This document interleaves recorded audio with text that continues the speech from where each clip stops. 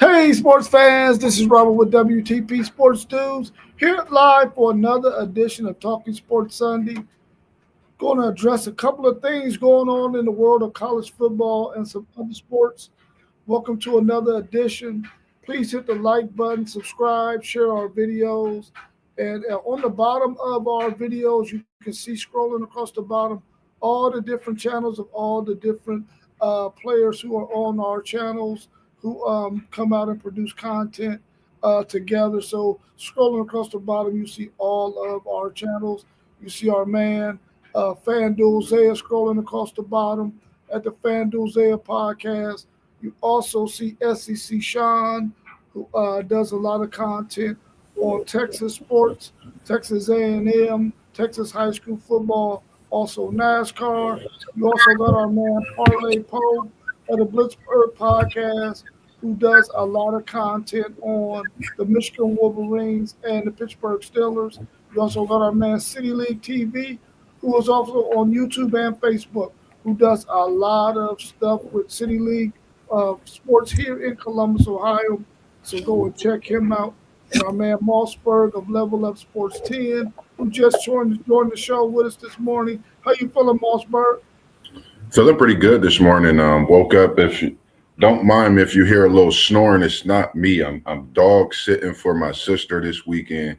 Got the little puppy. She's sleeping a little bit after getting up so early. But man, it's just great to be here after a great weekend. Even though we snowed in, but just blessed to see another day. Thankful for the opportunity that you give us and everyone that's always tuned in watching what we do. And as you said about that City League TV, we got a banger Friday night, Northland at Centennial.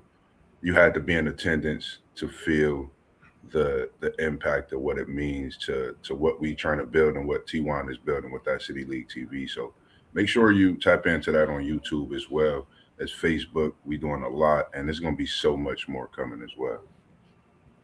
Yeah, well, I think a lot of people probably know already is a lot of times public schools, city league schools, sports don't necessarily get the recognition that some of the suburban schools or some of the private schools get. So we're just trying to bring a lot more awareness to the public schools that exist here in Columbus, Ohio. Some really, really good talent. Um, they don't necessarily have the farm systems that you see in some of the private schools and some of the suburban schools. So they're always up against it competition wise. But we just wanted to bring some light to some of the that talent that's in the public school system. And so go check that out on Facebook and Twitter. I mean, Facebook and YouTube at City League TV. Our man T1 does a fantastic job with that content. Last night we witnessed the Heisman Trophy ceremony. We had really four really talented players there. We had Fernando Mendoza, we had Julian Sane, we had Jeremiah Love, and we had Diego Pavia. The eventual Heisman Trophy went to Fernando Mendoza. He wins that Heisman. What are your thoughts on that? And is this the lowest stat total Heisman of all times? This is honestly, I was, for me seeing him win, it was shocking, and like you said, when it comes to the stats, I didn't check that out, but that's an interesting fact because Pavia, doing what he did throughout this season, Julian saying respectively what he did, and as well as Jeremiah Love. When I was sitting there watching the show, I was trying to pinpoint that Heisman moment for each individual. And the thing that popped off the charts was the spin move Jeremiah Love put on and got that touchdown. I was really looking and searching, no disrespect against the other candidates, but when you talk about a Heisman moment and what he's went through, nothing against, like I said, no one's path, but I think it's something, seeing Mendoza get it with his stats. And I think, him being where he's at, winning a big game against Ohio State, Big Ten championship, You have Indiana as the number one team. That's historic.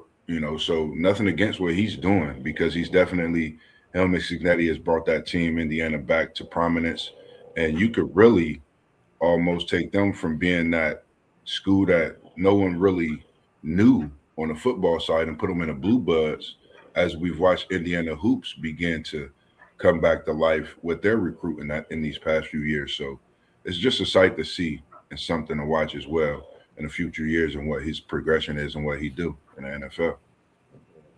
Yeah, I think any of those four players were deserving to win that Heisman Trophy because the stats really, in my opinion, really didn't determine who this Heisman Trophy winner was going to be.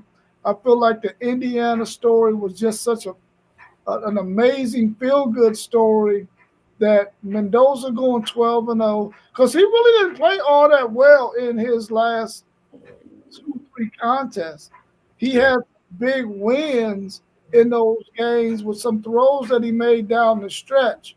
But stat wise, he really didn't have no eye dropping stats like you have seen some quarterbacks have who have won the Heisman Trophy, um, having over 4,000 yards, almost 40 touchdowns or 40 plus Yeah. touchdowns. Um, you really didn't see that from any of these quarterbacks. Now, Diego Pavia, in my opinion, had the best statistical stats. So, he had over 800 yards rushing, I believe, over 3,000 yards passing. So, if it was a stat award this year, I think Diego Pavia probably had the best chance to win it if we just base it off of stats. But I think the fact that Indiana went 12-0, they beat an Ohio State team that we really feel is probably the most complete team in the country in the Big Ten championship game. I think those things really sealed the victory for Mendoza to win that Heisman Trophy. I don't think it was really based on stats. It was the fact that Indiana did so well. They played against Ohio State, going up against another Heisman Trophy finalist, and that was really how I think he sealed that victory. I think when we look back on this, maybe 10, 15, 20 years from now, and we just look at the stats, we're going to be like, how did this dude win the Heisman? Maybe that was a down year in college football, statistically wise. So I think that he won it. Now, I will say this, and I know Ohio State fans don't want to hear me say this. If we look back at a Heisman Trophy winner who won it, and talking about the lowest Heisman Trophy total of all times, it was probably Archie Griffin's second one. He only had 1,300 yards rushing that season, but he only had 4 touchdowns. Mm. And there were other running backs who had much better stats, 1,800 yards, double-digit touchdowns, and they didn't receive that award that year. And that was probably simply because Ohio State was such a juggernaut at that time. And they only game they lost that year was their bowl game to UCLA in the Rose Bowl. So I think that probably was a deciding factor, much like this one was for Fernando Mendoza. Being undefeated was probably why he won it and beating Ohio State in that conference championship game, and then Archie Griffin winning it because that team went undefeated that year in the regular season. Yep. Great comeback yesterday by Navy over Army 17-16. What's your breakdown from that game yesterday? Man. I watched. I got the glimpse of the second half, and watching these games, I've watched them over the years, man. Shout out to whoever does their helmets, their uniforms, man, because we talk about Oregon, man, but I think the helmets we seen on display yesterday, man, was something special. We appreciate the service of everyone on that field as well as those that still do service. So, for me, watching this Naval Academy, man, do what they do. At the end of the day, we talk about Pavia You talk about Blake Horvath. He is Navy. He's a guy that's been there, and he's the heartbeat of that football team, let alone he's the leader, being at the quarterback. So the Navy go as he go.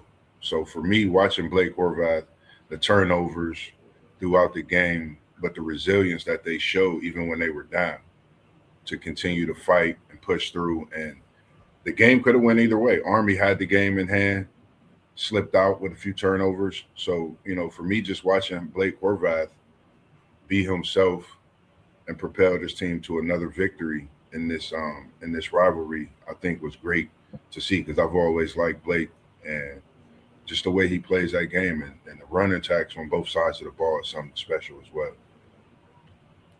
Yeah, I watched almost that whole entire game, and bro, I was amazed, man, because I hadn't watched either one of them extensively all season. But Yeah, for quarterbacks to run the freaking football that many times, bro, yeah, I'm like, dude, you go in the huddle and it's your number called again. yeah, Then the dude was carrying the ball like crazy. And I'm like, at the end of the game, man, they had to be wore out, man. They left it all out there on the field. I mean, it had me thinking about Haynes King and all the stuff he did for Georgia Tech at the quarterback position running the football. But these two guys top that, man, because these dudes run almost every down. every down. When Yeah, that option is not there, they got to keep the ball, and it was some hitting going on out there too, man, man. I was like, physical. dude, And especially when they got in the red zone, man. It was all quarterback. It was like they wasn't yeah, trying to hand the ball off or nothing.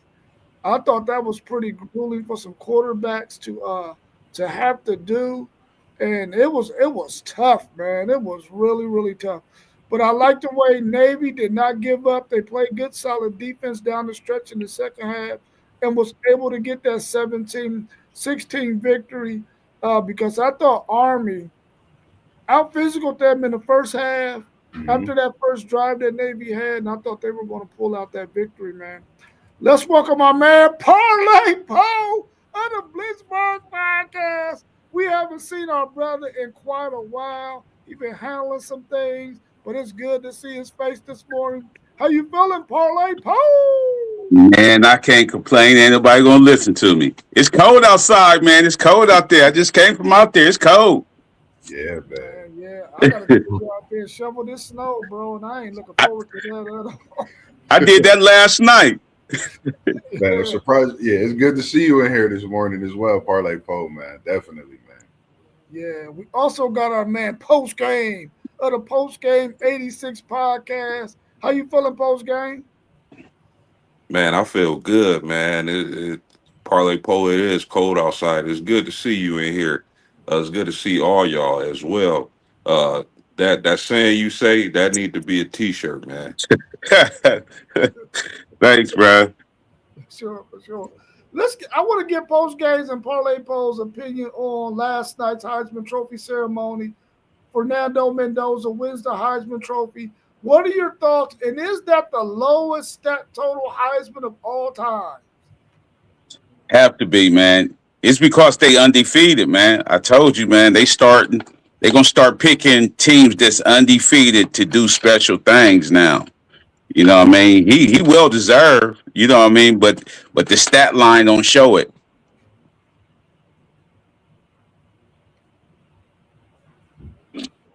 Post game might have to come back in. Parlay Poe, let's get your thoughts on that game yesterday between Army and Navy. Did you get a chance to check out that? Yeah, I was checking it out. Hey, man, Army did everything to lose that game. You know what I mean? They did everything to lose that game.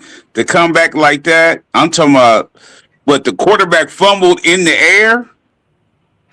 When he got hit, fumbled in the air and re-grabbed it. Hey, that was a good game, man. Like you said, their quarterbacks, they run too much, man. They run like running backs. But it was a good game. I can't believe they was throwing that much either, though. Yeah, yeah, yeah, yeah. I bet Brian Harris would have loved to went to either one of them schools. Oh man, he would love that. He would love that. Post game, what's your thoughts on Fernando Mendoza winning that Heisman last night? And what do you think that was the lowest stat total of any Heisman Trophy winner? And then give us your thoughts on the Army Navy game. Yeah, so Fernando Mendoza, hats off to him. He had a heck of a season. He was well deserving. I agree with Parlay Poe.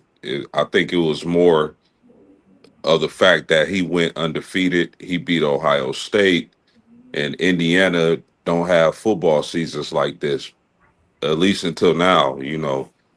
So I think it was more so of the type of season they had, the type of leadership he displayed, the character that he has that got him over the top as far as the Heisman Trophy is concerned.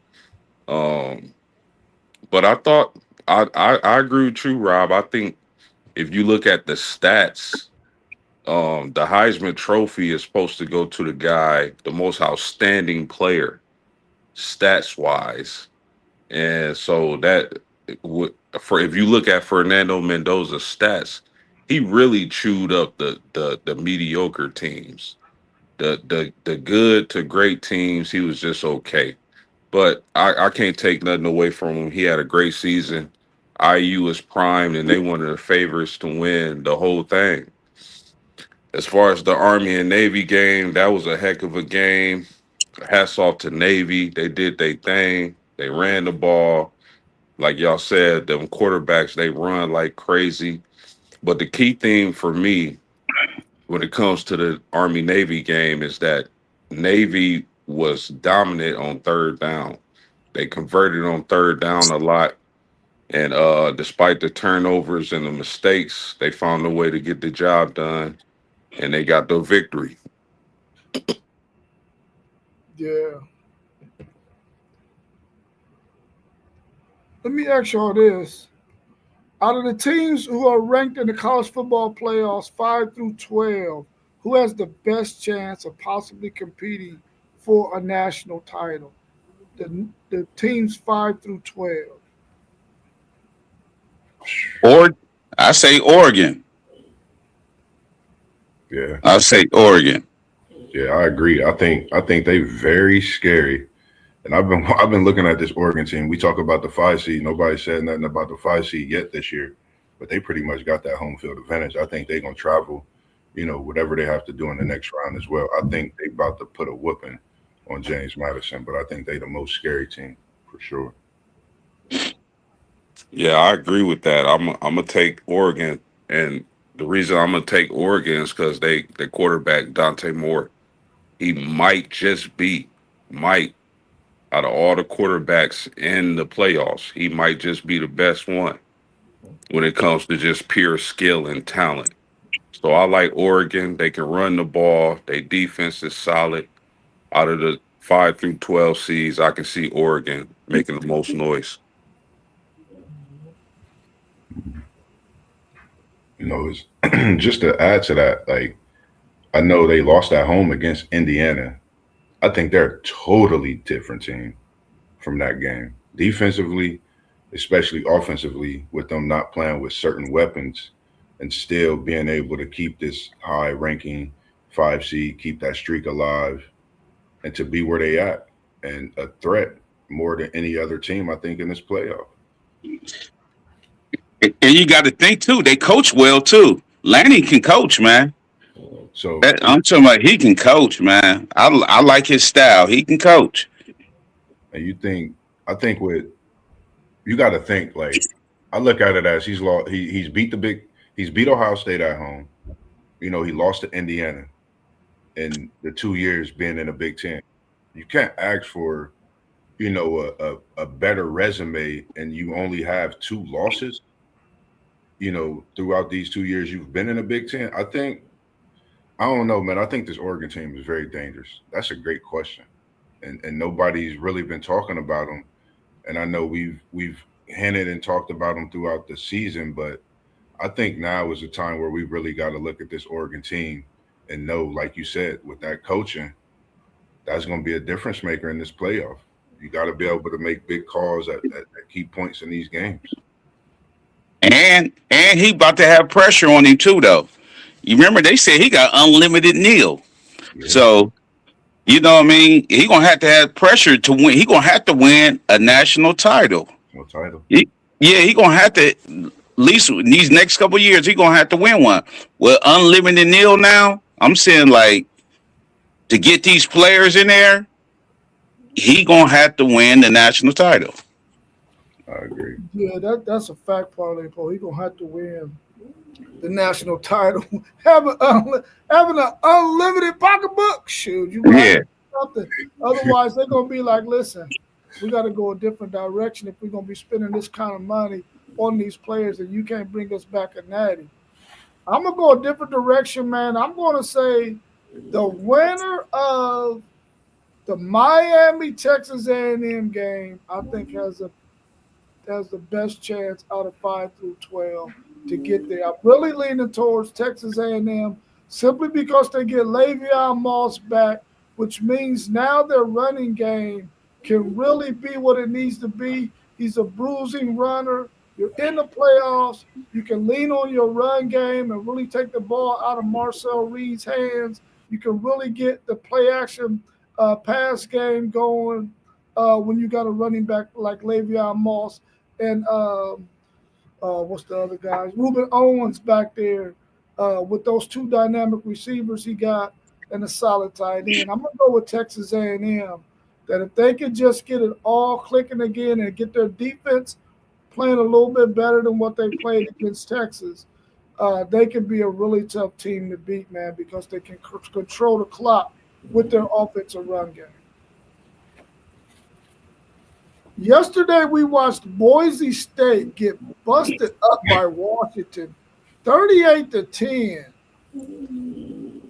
Let's talk about that game, and let's also talk about the people who make these bowl games. What is their thoughts? What is their philosophy on having these kind of matchups where we know it's not going to be as competitive as we would like to see? on the I think I think they put in play like who will travel. You know what I mean? Like which teams is good to travel for the bowl games. You know what I mean? Like if it's close or if it's far away, and which two teams that good enough to travel that will be there. Because we know Boise State going to travel. They got loyal fans too, and Washington. Washington both had loyal fans, so they put them in the bowl game, and they really don't seem that fair on paper, but they see who travel and where the money gonna come from. But Washington, they put it on them, man. I like their quarterback. I don't know if he's gonna make it to the league, but he an athlete, man. Washington's quarterback is an athlete. I would love him, man. Mm.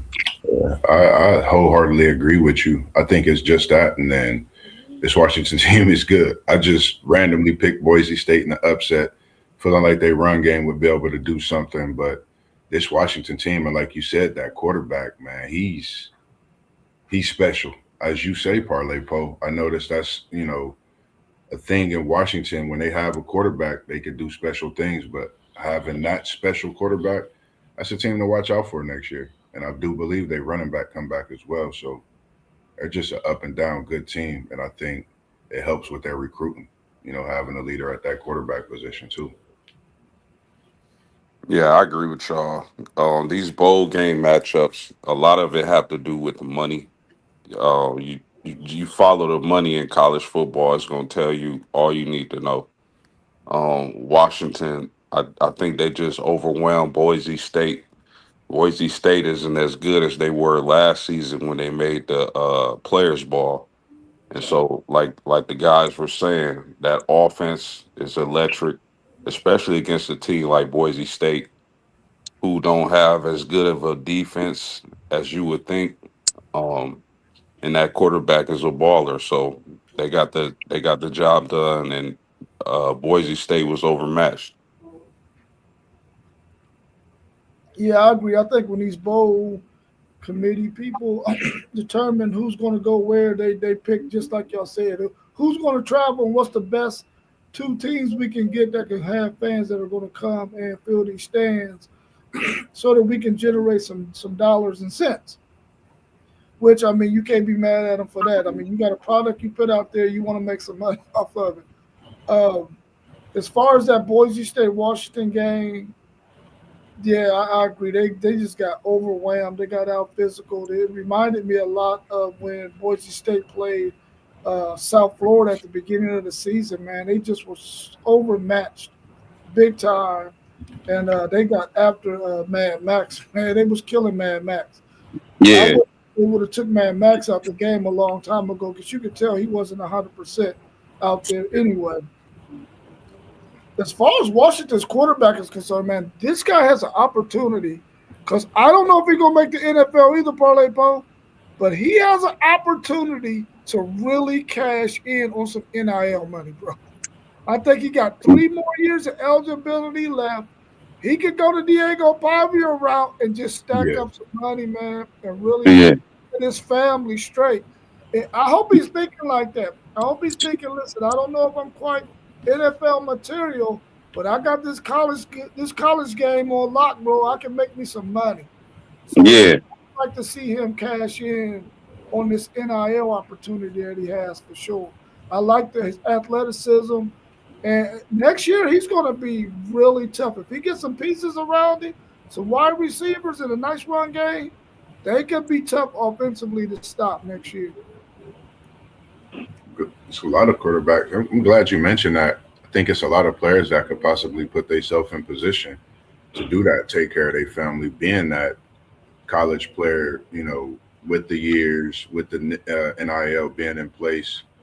That's something to look at too. I think we're gonna get a lot of players that played just those college years with that NIL being there. If they not getting drafted, that's gonna be well off and pretty good for when it comes to their family and taking care of. So it's a good yeah. point. If you got good people around you, that's what they preaching to you right now. You know what I mean?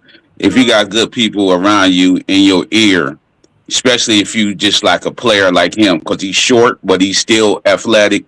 You like, man, you can take care of your family. You know what I mean? Get your degree. If you ain't make it to the NFL, you fall back on that. You still gonna have money. You know what I mean? Like, Yeah, you're exactly right. You got to have the right kind of people around you. And at this point, NIL has been going for what, 3 years now, 4 years? Families should be able now to understand how to navigate this NIL thing, man, and not get to the point where you put your athlete in a predicament where, like what we saw with Nico, you don't want to get put in a situation like that. Now, Nico played really well for UCLA this past year. He might be able to redeem himself, but you don't want to get out there and get greedy. You got to understand the landscape and take advantage of it as it lays, and not try to get extraordinarily greedy. Hey, speaking of Diego Pavia, how about this? I don't think a lot of people were talking about this, but the number one quarterback out of high school flipped from Georgia to Vanderbilt. And I think Clark Leah and Diego Pavia, the kind of season he had and the way they turned around that program really influenced that. But that was just amazing to me to have the number one quarterback in high school flip from Georgia to Vandy. Unbelievable. Is that quarterback from Tennessee, from Nashville? Is that the Nashville quarterback? I forget where he's from, but I know he was committed to Georgia and he flipped Yeah, at the last hour. yeah. 5-star Jared Curtis. Um, you said, is he from Georgia? Is he from Nashville, Tennessee? Yep. To stay home in Nashville. Yep. He's a Nashville guy, Nashville native. Yeah, yeah. That's going to be interesting, man. I hope that they can put the pieces around him so he can be successful, man. Um, I don't want him to go out like Dylan Rayola's going out right now in Nebraska. Yeah. without giving a whole bunch of details, what's your thoughts on the keys to the victory for number 9 Alabama at number 8 Oklahoma? What does Alabama need to do to win, and what does Oklahoma need to do? Without giving too much detail, because we're going to do a preview on this later on in the week. Mm, I'm gonna just go ahead, Parlay Pope. I'm saying if Alabama can't run the ball, they're gonna lose. Simple as that. If they can't run that ball, they're gonna lose. And with Oklahoma's defense, their front, they got to get to the quarterback without blitzing. You know what I mean? Like simple as that. I would say a quick. I want to see Ryan, and I want to see a deer. And if those two things happen, it could be a showdown. I think those are big keys on both sides of the football too. Yeah, I think Alabama is limping into this uh, playoffs. I think they limping in. I think they vulnerable. Um, they got sliced up by Georgia, and I think that Oklahoma's defense is going to give Alabama a lot of trouble. Uh, Alabama is going to have to. They're going to have to pass for like 350 yards and keep that Oklahoma offense off the field. But I'm not sure they can do that because they can't run the ball at all. Like -3 yards in the championship game, that's unheard of. So Right. I'm gonna get an edge to Oklahoma.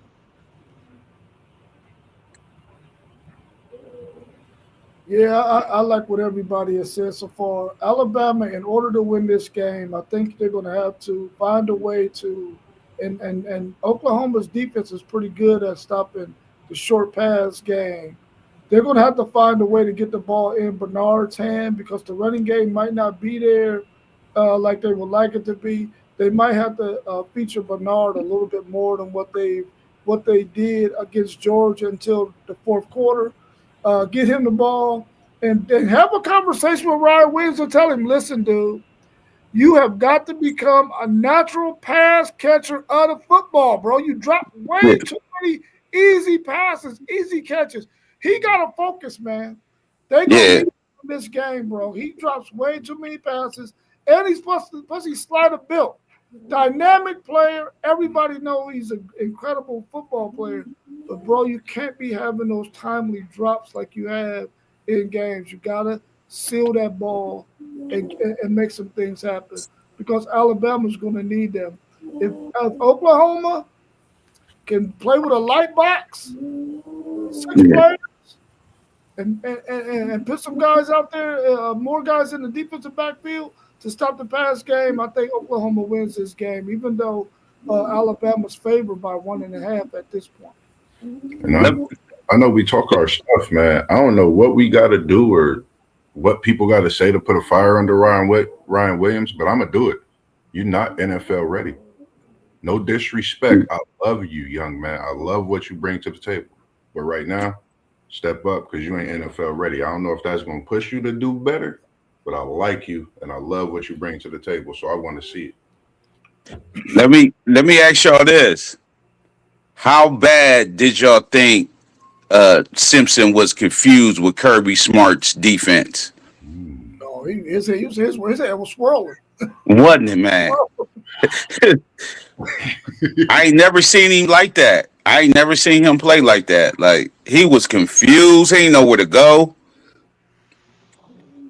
It's something you Yeah, mentioned that because during that little span, I think that was like a few weeks span.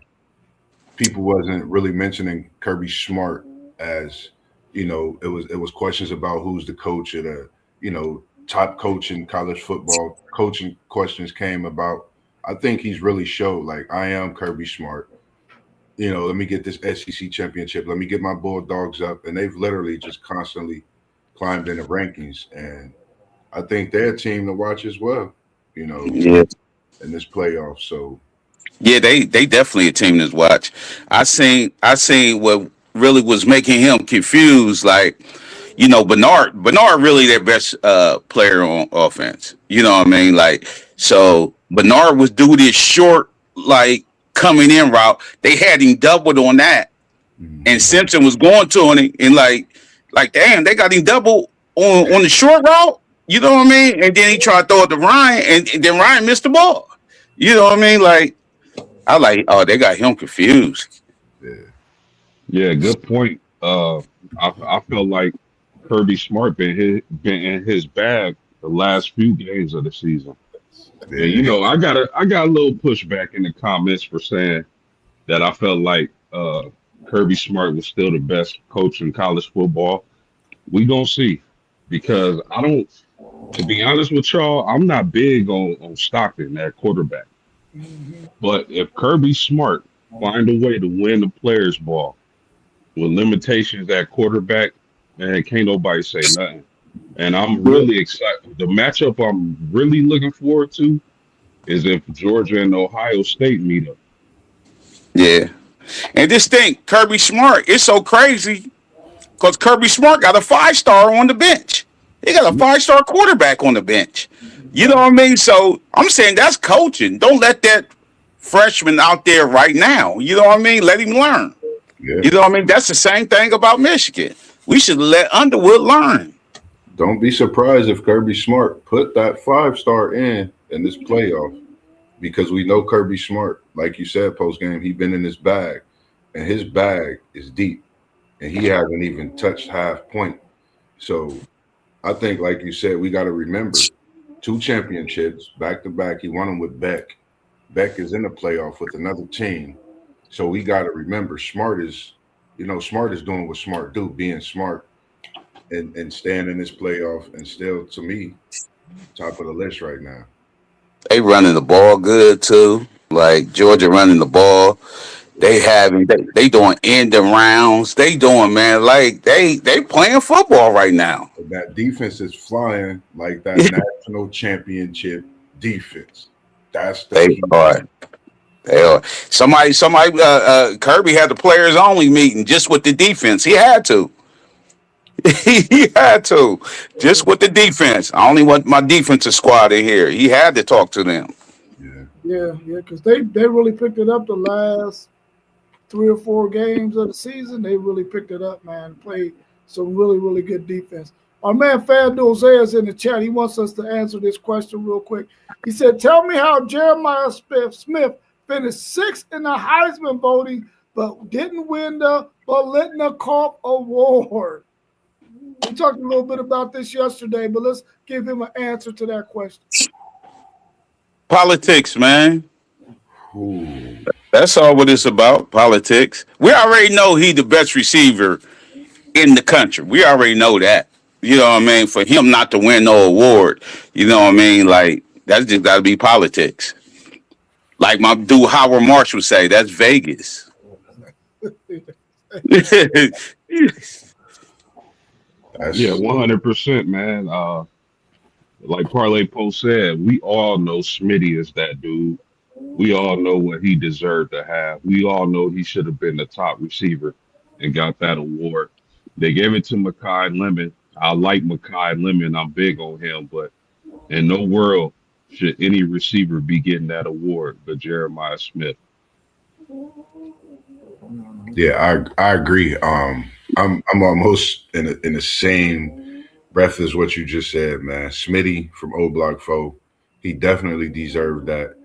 And no disrespect to Lemon, you could even put Carnell Tate in there because he was just that good this year. And I think Makai Lemon, I think he changed the way, he got big wins for USC, even though they not in this playoff. I think when you look at certain points in the season, it's crazy how they make these awards. Like you said, it's a lot of politics in this. Smitty Tate should be 1-2 at this award. Ain't no way it shouldn't have been that way. I mean, it went to Man, me, so. and you got to think about the offensive coordinator and the creativity he had. Lincoln Riley was putting Lemon in the slot against a linebacker. Come Yeah. on, man. You got to think about that. If they did that sometime with Smitty, put him line him up, come in motion. You know what I mean? Now he lined up with the linebacker. You know what I mean? Like, come on, man. That's that brilliant mind Lincoln Riley had. They say you could Yeah, turn. those are facts. Those are facts. They were putting Lemon all over the field. You know the crazy thing of watching him. I know this is a crazy comparison. Early in his career, he's a junior, but it reminded me of in the NFL how you move some of these elite these receivers all over the field. You have to do that in order to get the best out of them. You know, it looked like he was running Think around. about the NFL. Think about the NFL. Some of these divas ain't going inside, bruh. Yeah, Yeah, yeah. Some of these divas ain't going inside. They ain't messing with them linebackers. I'm telling you that right now. They are not. They he are remind me not. kind of like a Steve Smith because he, I've seen some toughness out of him in the catches he made throughout the season. So, that's what I really started to see. And knowing Steve Smith was a receiver at USC, that's what I started to see. Some flashes of with him being all over the field as well. So, I mean, nothing against Lemon, man. I mean, great receiver. We know, what Smitty brings to the table. But I mean, you can't go wrong with who it went to in Makai.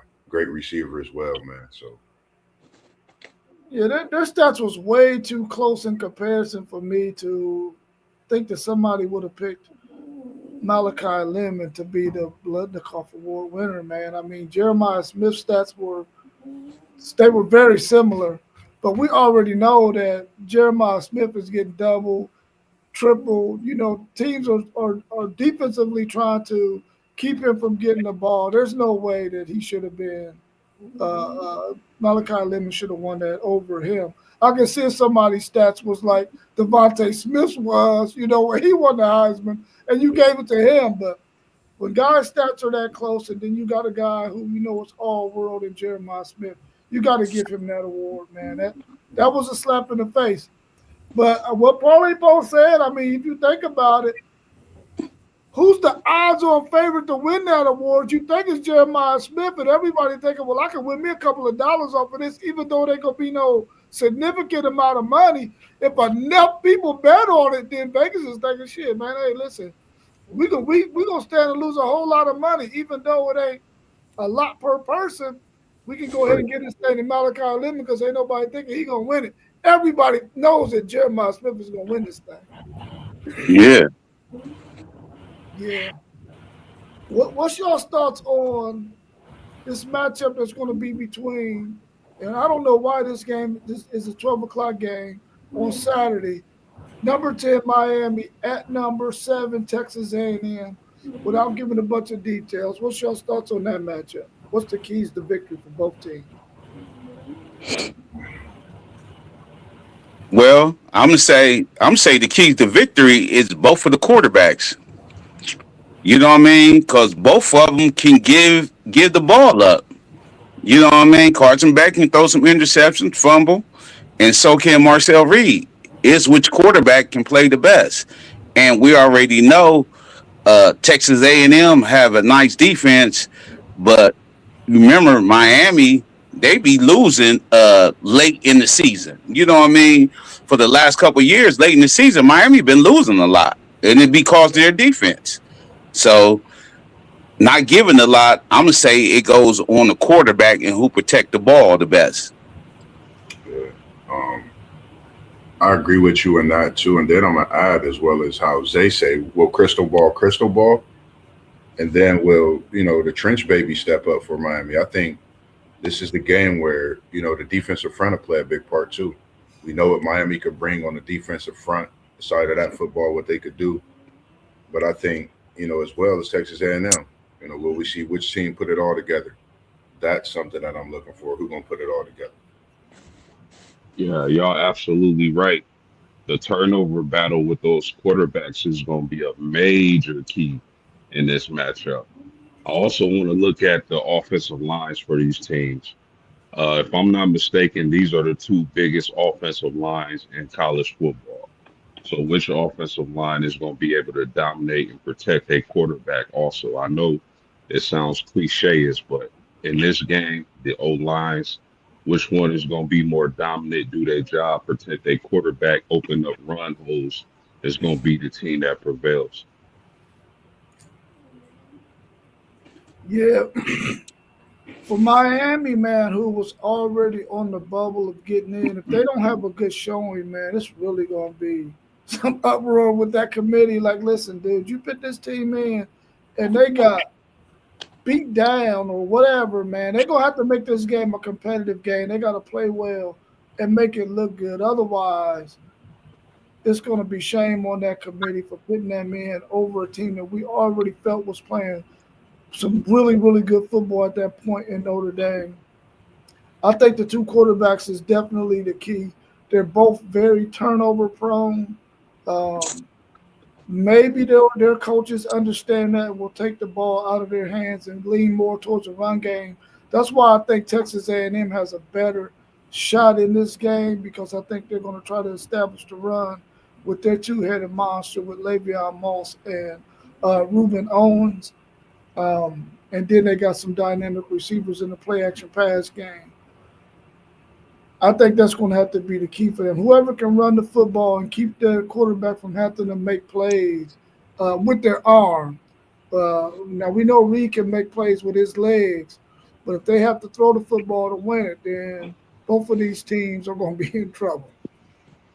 Yeah, I'm gonna say this too. Um, Texas A&M can't let that outstanding electric freshman wide receiver from Miami, Malachi Tony, get. That dude can break a game wide open. The truth. Yes, Yeah. sir. The Listen, truth. they're going to be hunting matchups with him, bro. They're going to be hunting matchups for sure with him. Yeah.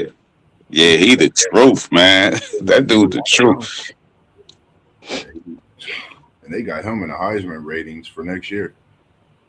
So Yeah, Miami's defense is better, FanDuel said.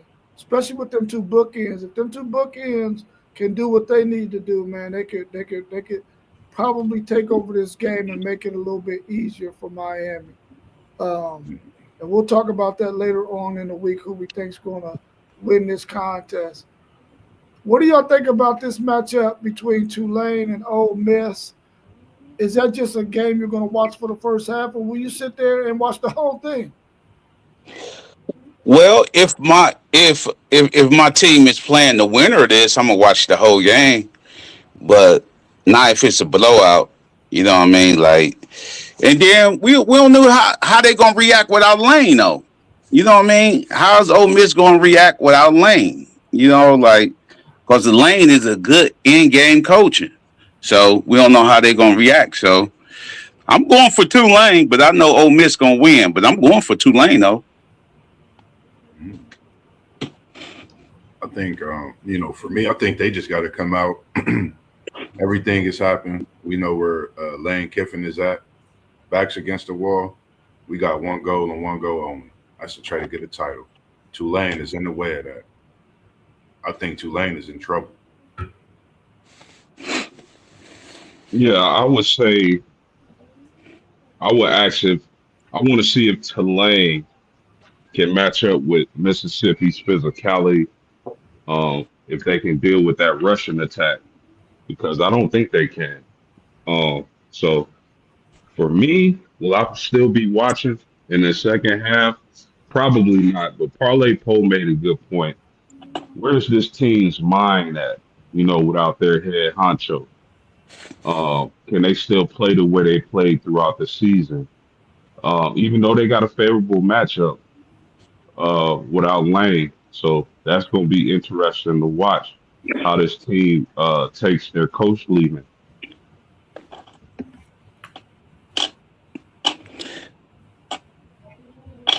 Let me ask y'all a question. Would you, if your coach took another job, would you still let him coach in the playoffs though? I'll be honest with you, I would, man, because the simple fact that I'm trying to win a national title. I'm not trying to have to go out there limping, man, and I don't have the guy who has led me to where I'm at right now. I think college football needs to find a way, and I don't know how they're going to do it. They need to find a way to. This stuff got to happen after the season is over with, man. Once that team is done, but if they're still in action, they're in the playoffs, and I don't know, man. It just shouldn't happen this way. I think this guy should be able to coach his team because they got a chance to win a national title, and he's been in all this work all season. If a coach does that, I think he should be able to coach that team, even though he felt like he had to go on to a better program where he feels like he could win national championship. He should be allowed to coach. I would let him coach if I was the AD or president of the university. Yeah, that's a good point, Rob. I think these hirings, when all is when the season is over with, I think that's when they should start um the hiring process as far as coaching is concerned. Me personally, I would leave it up to the athletes. I would set up a meeting with the AD, the coaches, coaching staff, or not the coaching staff, but the AD and the players, and I would let the players decide if they want their coach who just got hired coach them in the bowl season. Um, man, I agree. All the points are great points. I think I would want my coach to coach for sure. Like you said, coming together as seniors, coaches, and things like that. Being a part of something like that, making that type of decision, you know, that makes a big part. So wanting that coach there, I wholeheartedly agree. I think it's going to make some kind of a difference, but then again, it could show how as a team, how you guys are. It could show a brotherhood that you have as well. Things happen. What do you do when those things arise? Are you gonna step up? Are you gonna sit down? So And then you got to put in mind too, signing day. You know what I mean? You got to put in mind signing day. These recruits want to know the unknown. They want to know. You know what I mean? So the coach, that's why they try to get a coach in there quick as possible. That's why Michigan trying to move quick. Yeah, and I'm glad you said that, Poe, because man, I've been wanting to hear your thoughts on that whole entire situation, man. Like, Man, the situation's so messy, man. I've been reading all kinds of stuff. I'm like personal life, like boom. I'm like everybody talking about he married, blase blase. I know dudes right now in an unhappy marriage. You know what I mean? But that don't mean go outside of it. But you know what I mm, mean? It's the comfort level the women was showing. You know what I mean? Like this dude he said he was gonna kill himself, man. You know what I mean? Like his whole world destroyed right now. Ain't no his mindset is crazy. But on that point, I ain't gonna get personal with it, but we need to move real quick. I want somebody so fresh that don't have no dealing with the hardball stuff. But you know what I mean? It ain't even about being a Michigan man. I'm like, I want somebody fresh. Bring your whole staff in here, even if you got to fire the valet dudes. You know what I mean? yeah, I'm somebody totally fresh. You know what I mean? Like, bring your whole staff with you, whatever you're doing. You know what I mean? I like the young boy from Arizona State. I really like him, but he just the what's name guy just committed. He just had two 4 stars commit to him. So and I heard Arizona State trying to get it done where he gonna have a new contract. mm, So if not, uh, I know Clay Kubiak from the 49ers, his name been mentioned in these Michigan groups. It's due for uh, Utah. He been mentioned. You know what I mean? Like so, it's a lot of he say she say stuff. But I'm saying we need to move quick because we already got uh, our 4 star tight end. He down at Texas Tech now. You know what I mean? And then T1 said 247 Sports said Bryce was going to go to LSU. It's nothing on their website said that. It's nothing on their website that said that. I don't know where he got that from. Um, so Bryce is not leaving. Why would you leave a Neil package like this and go somewhere else? They ain't gonna pay you that much. You know what I mean? Like, come on. And well, I should what? have think we had the Maryland dude anyway. We was gonna get him before he went to Maryland. You know yeah, what I mean? Come out. He's like a better ready quarterback than Bryce was. You know what I right. mean? The Maryland dude. He just don't got them. He just don't got the big. big line like we do. He ain't had the rushing attack we do. He would have did better with us than we did with Maryland. And that's a good point you mentioned that freshman quarterback, and I said something about him earlier in the season. That boy can throw the ball. He accurate. He's smart. Nothing against Bryce Underwood, but this is just with the hype. You got all this hype, and then you come in and you got a quarterback right across the way. That's a great point you mentioned. That I like that kid over at Maryland. He's a great quarterback. Parlay Paul, if they took Cal Whittingham from Utah, would you be okay with that? I know, man. Cal Willingham, man. If he come, he gonna bring some of them Samoa dudes or whatever with him. You know what I mean? Some of them big dudes in the trenches. So that's what we need. You know what I mean? Like, but far as him coaching, I don't know if he tough enough. You know what I mean? Like, cause you need an in the face coach. Cause we have to have Biff. Watch how Biff Poggi coach against Texas, man. Watch how he coach, man. He an in your face coach, but he let you do everything. You know what I mean? If he's not the head coach, he's not gonna overstep his boundary. But now since he running things, watch how these guys be up against y'all. I ain't gonna say we're gonna win, but watch how good we play against y'all. I agree with you. I'm more concerned about him. I was more concerned about him being the coach than Sherrone Moore. Yeah, for real. Like, I'm way more concerned with him because he opens it up. He like, oh, we're gonna go out there and do everything we know we're supposed to do. We ain't having no handcuffs on nobody. We're going out here doing everything. right. What's your thoughts on this last game, this last matchup, James Madison and Oregon? Does James Madison have any chance in hell of staying within 35 points? Bruh, they gonna have like 5 people at that game. James Madison, they ain't giving away them tickets, man. Listen, Oregon is gonna be, they gonna be so up for this game. It's gonna be ridiculous, man. And I'm going for the little guy too. I'm going for James Madison and this guy, but it's gonna get ugly. You know what I mean? This might get ugly, ugly.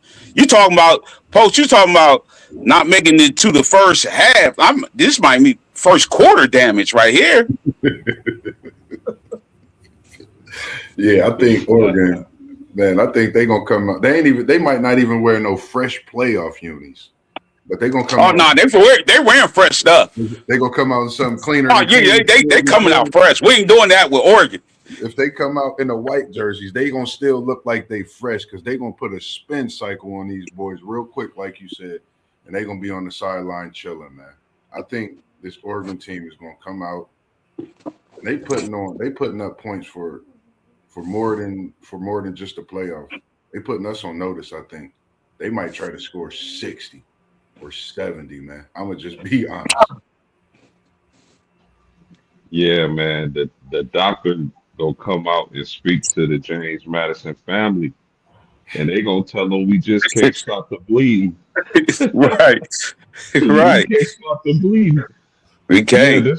this gonna get real ugly, man. And what can I say? It's they just don't belong on the same field, man.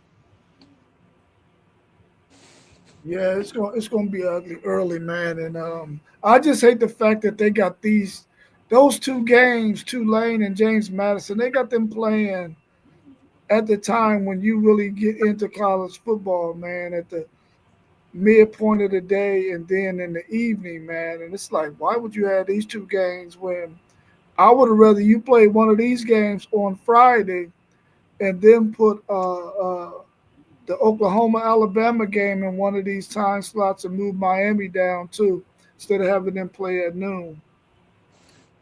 Let me ask y'all this, man. I had this question on my brain. I think I might have lost it though. It'll come back to me. What's your thoughts on your conference's all conference teams? Did they have anybody in there who you felt like got snubbed from the first team or anything like that? You know what? I ain't even noticed, man. I ain't even see the All Big Ten. Let me see. Um, I was impressed. Based on the season, I was happy where we were with Luke Pettibon and Deuce Robinson being the two first team conference for Florida State, playing being at the center position. Luke Pettibon did a great job. We all know what Deuce Robinson brought at the wide receiver position, and we had about eight total. You know, Daryl Jackson, Earl Little, Pittman being one, the transfer we brought over Wilson, a few other positions as well, Leonard, and I think a couple other. But I think we did pretty good for us to have the type of season we had.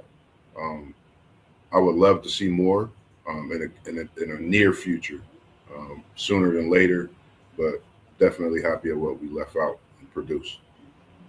Yeah, I don't. Of course, the Irish not in the conference, but I can speak on the All American teams that I've been seeing. The first team All American teams I was pleased with. I felt like Jeremiah Love and our cornerback was worthy of the first teams, and they made the first team. So as far as the All American teams I've seen thus far, I have no issue with that. You've seen a lot of Buckeyes there. So I'm Diego Pavia made some first team. So uh as far and Mendoza also. So as far as the All American squads, I'm cool with Yeah, I was okay with what the SEC did too. I felt like Ryan Nibble should have been should have won the should have been first team punt return, kickoff return, though. With what we've seen him do, he actually won maybe three games for Texas with his uh, his ability in the run and the return game. Now, I can't take nothing away from Concepcion. He balled out too, but he didn't win no games for Texas A&M doing that. I mean, Ryan Nibbler for about 3 weeks in a row, he actually won games for Texas with his return game, man. So uh, I think he had more yards per attempt too, and he had just as many touchdowns.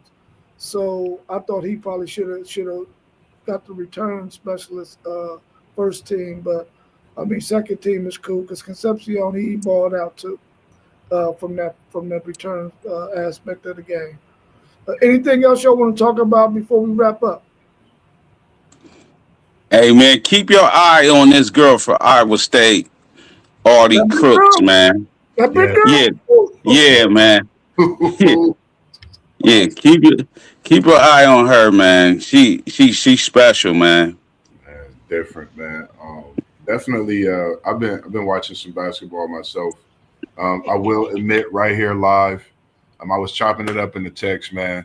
Y'all been talking about Mossberg switching teams. Yeah, I'm making a switch, but it's not what you think. I'm taking my talents from Big Blue Nation, and I'm going to Cougar Land. I'm joining AJ DeBonsa, Richie Rich, Big Keto, aka Keto Diet, and a big transfer. Right. I'm a BYU Cougar, ladies and gentlemen.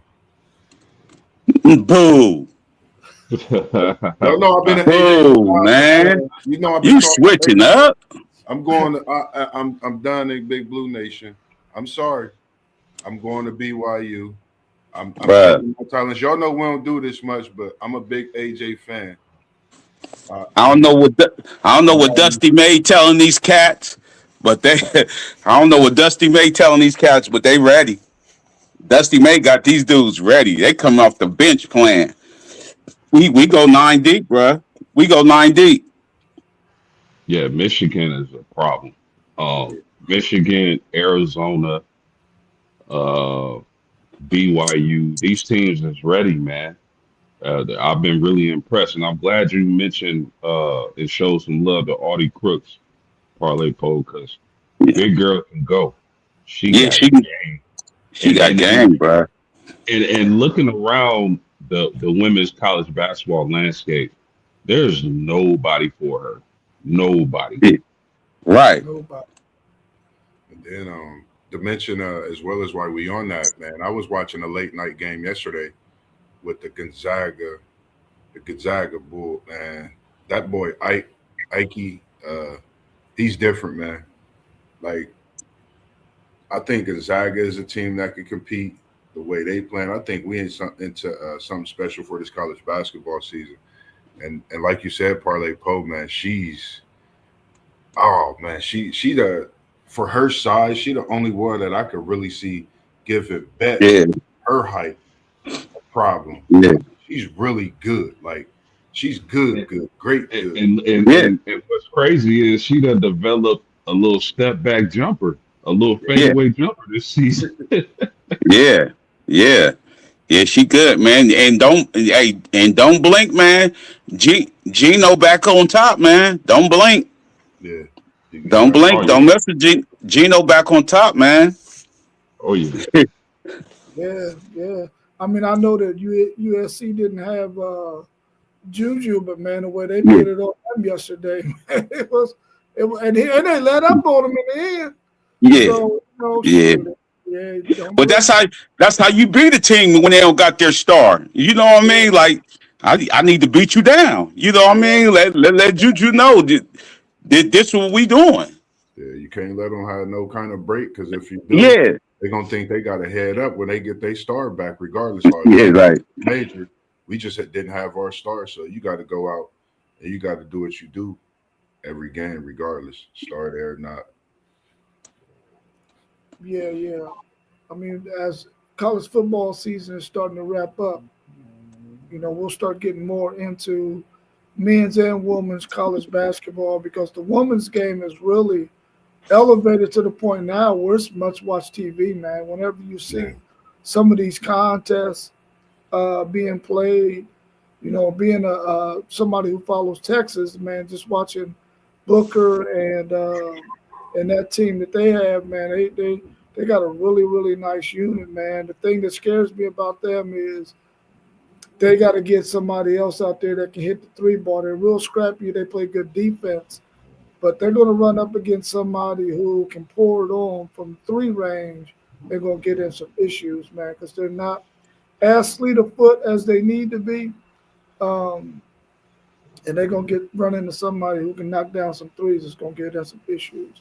But Yeah, they Man, should be all all y'all ladies teams got squads. Michigan, I know got a squad. They put it on the Irish bad. yeah, Texas, I think Texas is a national championship contender. yeah, But my lady Irish, man, they all they got is Hannah Hidalgo. Next year will be their year. But this year they probably won't be a contender.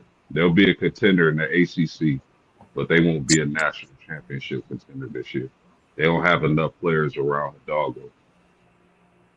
yeah. That high school class that they got coming in, them girls right now are going crazy during their high school season too. Gee, excuse me. Yeah, yeah. all They right, just y'all. Go ahead, go Parlay. ahead. I You said go ahead. some of these girls, just uh just better developed than others. You know what I mean? Like, and it shows sometimes. So that's all Yeah, I'm saying. yeah, because I remember the Crooks girl when she was just a true freshman, and when Texas was still in the Big 12, and her conditioning wasn't there yet. But man, when she got in there, she was instant bucket because nobody could handle her down there in the paint. Now you look at how her game has evolved. She got a lot more to her game now, and she has the conditioning. She has the Yeah, strength and all of that stuff, man. And so she is a tough guard, man. And if yes, they she can get is. to the point where they can continue to feature her and keep her out of foul trouble, they can be a hard team to beat if they got some other pieces around them, especially somebody who can knock down the three on the inside outside game. Yeah, Yeah. Yeah. for But sure. we don't have anything else, man. We can wrap it up. I know we got some NFL action today. It's starting to come to an end. There's some teams that we thought probably would make the playoffs who are right there on the outside looking in, hoping that some things happen. Those Chiefs, we don't know what's going to happen with them. We don't know what's going to happen with the Coast, the Texans, and the Jacksonville Jaguars, who are vying for the that division. So there's some stuff out there, man, in the air. We got to wait and see how it all plays out. Anything y'all want to add about the NFL? We need the Bengals to take care of the Ravens today. You know I got that hat on, man. I don't really do these Ravens, but Burrow have that effect, and my boy Chase is on the case today, so that's why I got the hat on. Bengals get a big victory, so your Steelers could keep it rolling, get that division, and it's always love, man. So y'all can get y'all's good division this year. But I say Carolina Panthers gonna win that division. I said it early in the offseason to watch these Panthers, and I think they're gonna definitely win a division this year. So definitely watch them Carolina Panthers. What you doing? Yeah, I'm gonna say Phillip Rivers, old man Phillip Rivers. He not gonna have a huge game today, but he gonna hyper target our big tight end Tyler Warren. The Colts gonna upset Seattle. You heard it here first. So Phillips starting? It's looking that way. They haven't officially said it, but it's looking that way. Dang, hey, that's racist as hell.